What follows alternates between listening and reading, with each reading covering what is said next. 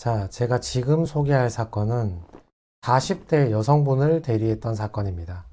채무가 한 8, 9천만 원 정도 됐던 분인데, 이분은 자기가 사기 피해 당해서 채무가 늘어난 것도 있고, 남편이 자영업을 했었는데, 코로나 때문에 운영이 너무 힘드니까 생활비도 못 주고, 내 돈을 오히려 갖다 쓰기만 하니까 그것 때문에 채무가 늘어난 것도 있었고, 또 코인 투자했는데 그게 좀 실패한 거, 그것도 좀 포함되어 있었습니다. 근데 이 사건의 문제점이 두 가지가 있었는데, 첫 번째는 내가 실제로 받는 월급보다 월급이 더 높게 신고가 되어 있었습니다. 개인 사업 하시는 분들은 아시겠지만, 일부 개인 사업자들 같은 경우에는 세금을 적게 내기 위해서 내가 인건비를 200만 원 밖에 안 줬는데 400만 원 줬다, 뭐 이런 식으로 세무서에 신고하는 경우가 덜어 있죠.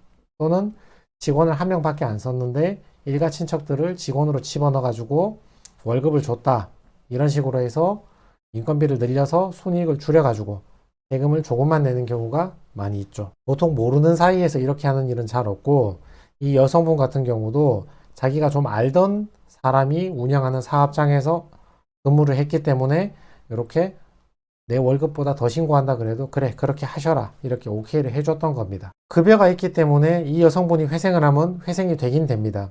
근데 이렇게 한번 가정을 해 봅시다.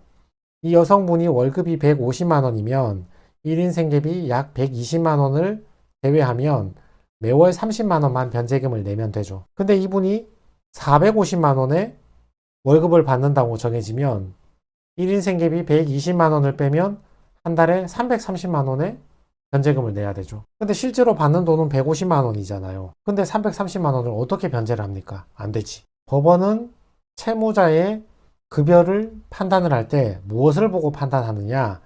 그 채무자의 원천징수 영수증, 이걸 보고 판단을 합니다. 사업자가 내 직원에게 월급을 얼마를 줬다고 세무서에 신고하는 금액이 있잖아요. 그걸 보고 판단한다고요. 근데 이 여성분 같은 경우는 신고된 금액이 450만 원이었어요. 그 여성분은 실제로 받는 월급은 200만 원이었는데, 그러면 450만 원을 기준으로 개시 결정을 받으면 변제금이 너무 높아서 도저히 진행이 안 되죠. 그래서 법원에서 보정 권고가 바로 내려옵니다. 채무자의 월 평균 소득은 월 458만 원 상당인 것으로 조사됩니다. 그러니까 변제금을 높이라, 그런 말이죠. 그래서 이렇게 소명을 했죠. 코로나 때문에 회사 경영이 너무 힘들게 됐으니까, 그래서 우리 채무자는 이번에 신청하는 달부터 월급을 많이 낮췄다. 월급이 줄어서 200만 원이 된 것이다.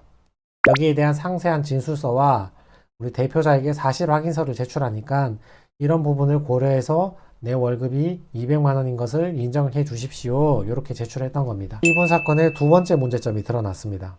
이 회생을 진행하다가 계속 조사를 하다 보니까 월급이 200만 원이 아니라 직장에 아예 안 다니는 겁니다. 그러니까 200 받는데 450으로 신고돼 있다. 저는 처음에 그렇게 듣고 시작을 했는데, 알고 보니까 그 직장에 다니지도 않는 사람이야. 그냥 무직이야. 소송을 하다 보면 이런 일들이 많습니다.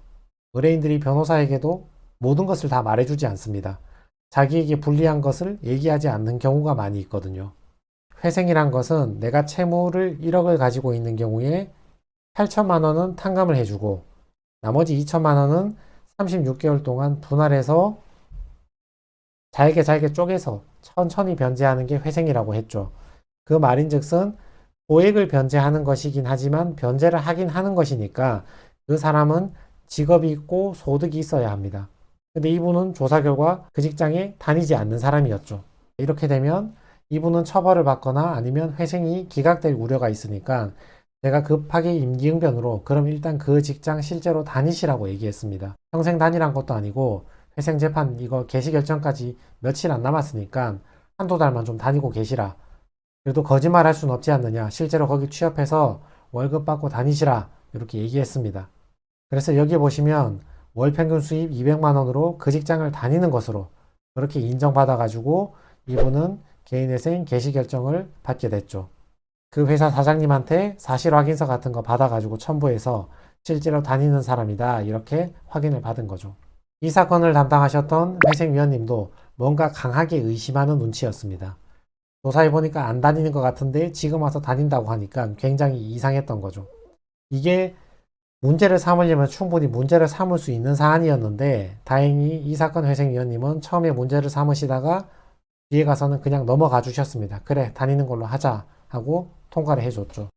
그래서 급하게 임기응변으로 이렇게 다니는 걸로 부랴부랴 취업해서 통과를 시킬 수는 있지만 그래도 이거는 원칙적인 모습이 아니기 때문에 취업을 해서 개인회생을 신청하시기를 권유드립니다.